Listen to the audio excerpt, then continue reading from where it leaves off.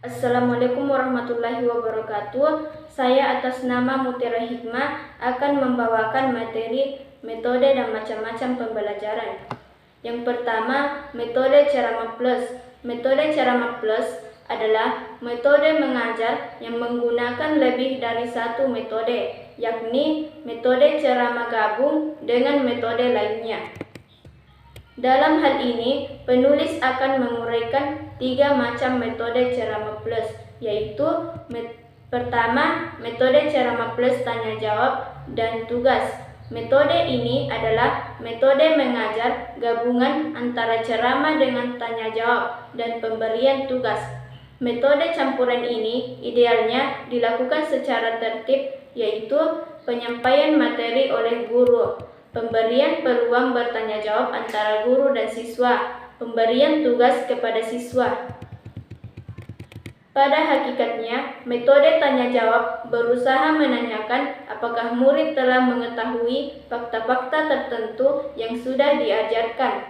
Dalam hal lain, siswa juga bermaksud ingin mengetahui tingkat-tingkat proses pemikiran murid. Melalui metode tanya jawab, guru ingin mencari jawaban yang tepat dan faktual.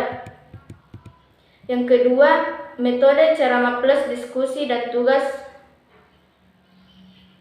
Metode ini dilakukan secara tertib sesuai dengan urutan pengkombinasiannya, yaitu pertama, guru menguraikan materi pelajaran, kemudian mengadakan diskusi, dan akhirnya memberi tugas.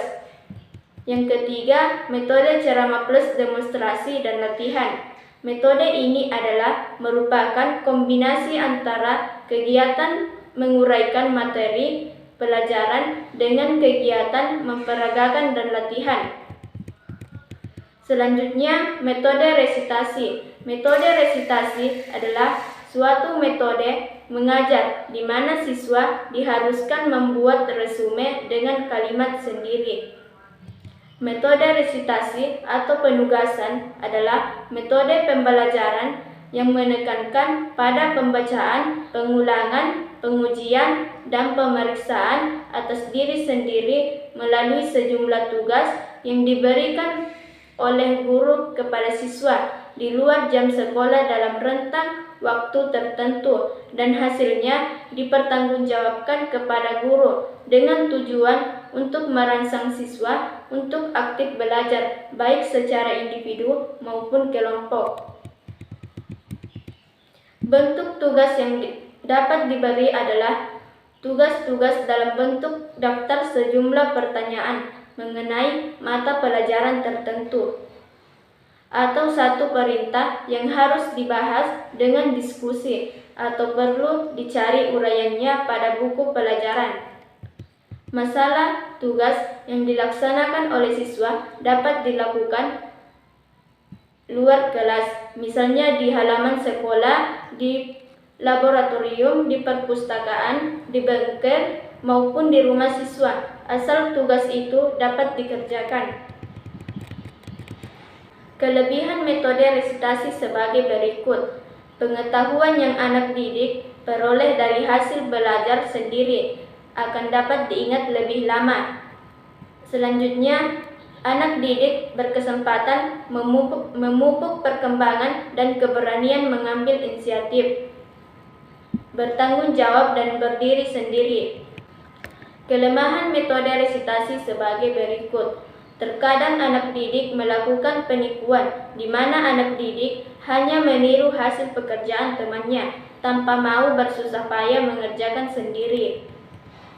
Terkadang tugas dikerjakan oleh orang lain tanpa pengawasan. Suka memberikan tugas yang memenuhi perbedaan individual. Yang terakhir, metode percobaan. Metode percobaan adalah metode pemberian kesempatan kepada anak didik, perorangan, atau kelompok untuk dilatih melakukan suatu proses atau percobaan. Syaiful Bahri Jemara, metode percobaan adalah suatu metode mengajar yang menggunakan tertentu dan dilakukan lebih dari satu kali, misalnya di laboratorium, Menurut Roestia, metode eksperimen adalah suatu cara mengajar di mana siswa melakukan suatu percobaan tentang suatu hal, mengamati prosesnya, serta menuliskan hasil percobaannya. Kemudian hasil pengamatan itu disampaikan ke kelas dan dievaluasi oleh guru. Tujuan metode eksperimen adalah untuk melatih siswa agar mampu mencari dan menemukan sendiri berbagai jawaban atau persoalan yang dihadapinya dengan mengadakan percobaan sendiri. Melalui pembelajaran eksperimen, siswa dapat terlatih dengan cara berpikir ilmiah. Metode eksperimen memberikan pengalaman kepada siswa untuk menemukan bukti kebenaran dari teori sesuatu yang sedang dipelajarinya. Sekian, Assalamualaikum warahmatullahi wabarakatuh.